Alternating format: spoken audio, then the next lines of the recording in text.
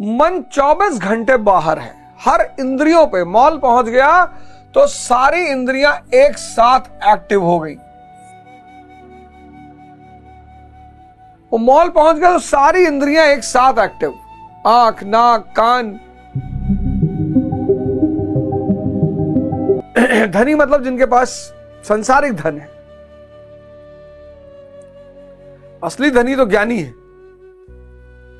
असली धनी हमारे गुरु महाराज स्वामी अड़गड़ानंद है। उनसे बड़ा धनी कौन है जो उनके दरवाजे पहुंचकर उनको प्रणाम नहीं करता? ना वो किसी पद पे है, ना अरबों रुपए के मालिक हैं। ज्ञान की शक्ति है। कई बार तो मैं देखता हूं कि उनके अगल बगल जो लोग हैं शायद वो भी इस बात को नहीं देख पाते।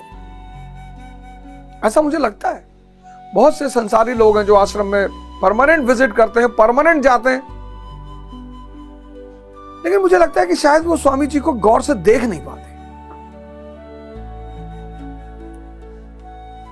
अब यहां जो है वो अशांति स्वाभाविक है।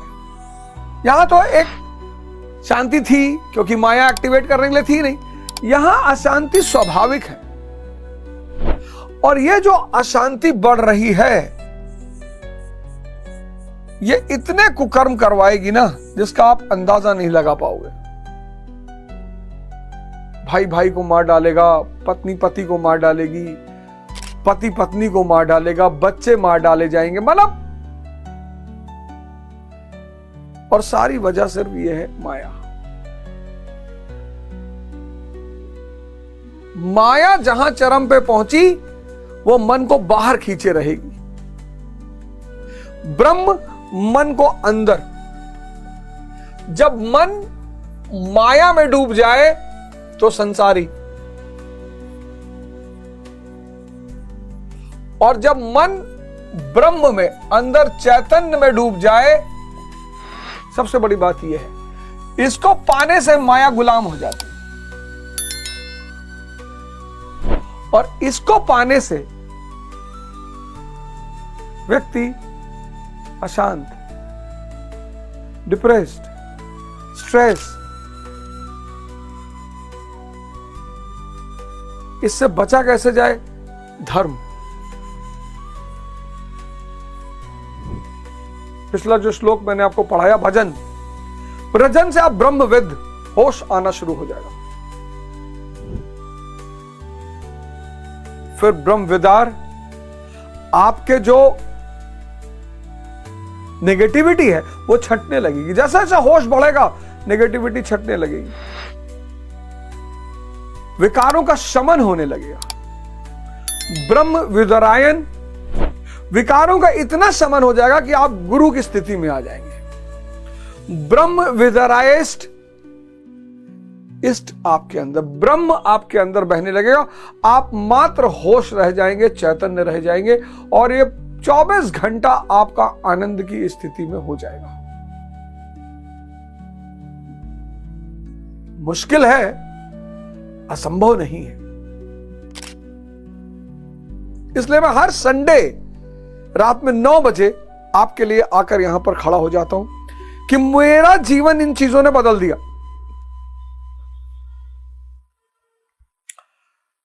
इन चीजों ने मेरे जीवन को 360 डिग्री बदल दिया। मैंने अपनी यात्रा शुरू कर दी।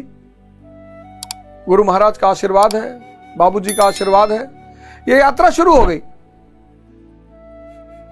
अब आपको भी अपनी यात्रा शुरू करनी, क्योंकि जब तक आप यात्रा शुरू नहीं करोगे इस चुनौती से आप बच नहीं पाओगे। ध्यान नहीं करोगे, ध्यान अगर आप नहीं करोगे तो मन विचार शून्य नहीं होगा। ध्यान यानी मन को विचार शून्य की स्थिति में लाना। मन अगर विचार शून्य नहीं होगा तो संकल्प शक्ति नहीं पैदा होगी। यही पहली शक्ति है जिसका आप इस्तेमाल करोगे, संकल्प शक्ति। यह पहली शक्ति है जिसका आप इस्तेमाल करोगे। मैं एक स्कूल में गया तो वहां लड़कों ने कहा हम आत्मा शक्ति का इस्तेमाल करेंगे। आत्मा तुम्हें पता ही नहीं, कहां इस्तेमाल कर पाओगे। पहले तुम्हें पता है मन, और मन की शक्ति है संकल्प शक्ति। ध्यान करोगे मन विचार शून्य होने लगेगा, विचारों से खाली होने लगेगा। तो जब मन विचारों से खाली होने लगेगा तो मन की शक्ति बढ़ेगी, तो संकल्प शक्ति बढ़ेगी। जैसे ही संकल्प शक्ति बढ़ेगी आपके पास चिंतन आ जाएगा। चिंता नहीं, चिंतन। और चिंतन जैसे आएगा वैसे ही एक और चीज पैदा हो जाएगी, अनुशासन, डिसिप्लिन। और ये संकल्प शक्ति, चिंतन और डिसिप्लिन, ये सब ध्यान का परिणाम है। चाहे जितना मोटिवेशन सुन लो, चाहे जितना, कुछ होने वाला ही नहीं। सुन लो, बाहर से सुनते रहो, बाहर से सुनते रहो। मैंने एक फोटो देखी, मैं चाहता हूं आप उसे देखें जरूर। उस फोटो में लिखा हुआ है, the road to heaven is painful in the beginning. वही जो मैं आपसे कहता हूं कि जो रास्ता शक्ति का है उसमें आरंभ में दर्द है, वही तो तपस्या है। और जो रास्ता मस्ती का है वो आरंभ में मजे का है, अंत बहुत कष्टकारी है।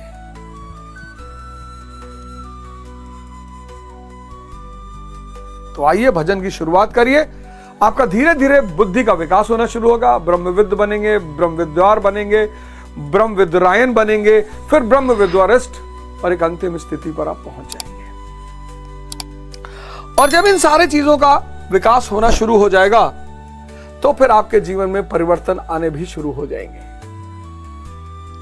11वां श्लोक देखते हैं। जैसे जैसे होश में आते जाओगे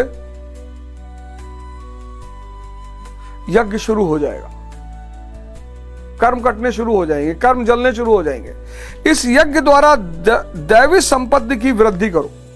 दैवी संपत्ति, दैवी संपदा क्या है? दैवी संपदा, चिंतन दैवी संपदा है, डिसिप्लिन दैवी संपदा है, संकल्प शक्ति दैवी संपदा है, करुणा दैवी संपदा है, अहिंसा दैवी संपदा है, अंतःकरण की जो सजातीय प्रवृत्ति है, सजातीय, अहंकार विजातीय प्रवृत्ति है, क्रोध विजातीय प्रवृत्ति है,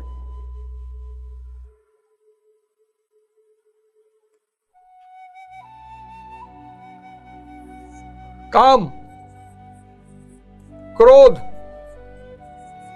लोभ, मोह, ये सब विजातीय प्रवृत्तियां हैं, मन से जुड़ी हुई हैं, मैं से जुड़ी हुई हैं, अहंकार से जुड़ी हुई हैं, माया से जुड़ी हुई हैं। सजातीय, करुणा,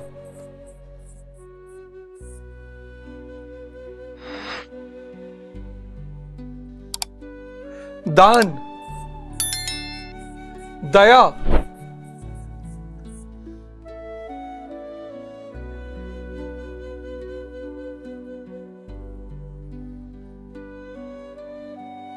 मृदुता,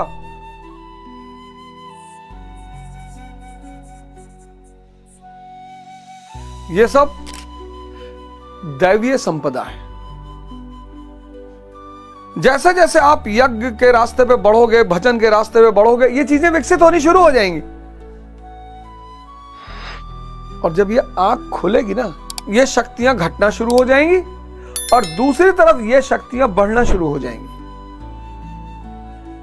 और ये जो घटाई बढ़ाई दिखाई पड़ने लगेगी, बस आत्मविश्वास पैदा हो जाएगा कि मैं परिवर्तन के रास्ते से गुजर रहा हूं। दिक्कत एक ही होगी, जब आप इस रास्ते पे बढ़ोगे तो इस रास्ते पे चलने वाले की बहुलता के बीच में आपको रहना पड़ेगा।